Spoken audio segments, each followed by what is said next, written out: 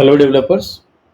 ఈ క్లాస్లో మనం ఒక ఇంపార్టెంట్ టాపిక్ డిస్కస్ చేస్తున్నాం అండ్ చాలా ఇంటర్వ్యూస్లో కూడా ఈ క్వశ్చన్స్ అడుగుతారు. మీకు క్వశ్చన్ ఏముంది, what is type inference?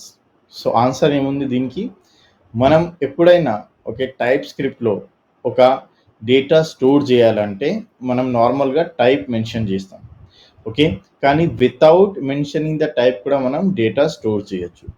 So అప్పుడు ఏమవుతుంది అంటే డైనమిక్గా మనకు ఈ టైప్ స్క్రిప్ట్ అండర్స్టాండ్ చేస్తుంది వాట్ టైప్ ఆఫ్ డేటా మనం స్టోర్ చేస్తున్నాం.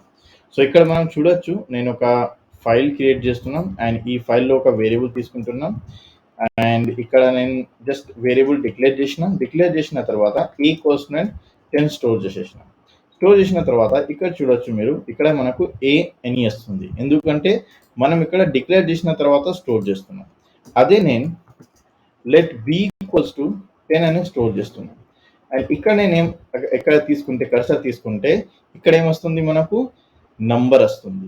అదే నేను ఇంకోటి వేరియబుల్ తీసుకుంటున్నాం, C equals to string value store చేస్తున్నాం అండ్ ఇక్కడ చూడొచ్చు మనకు సి స్ట్రింగ్ వస్తుంది.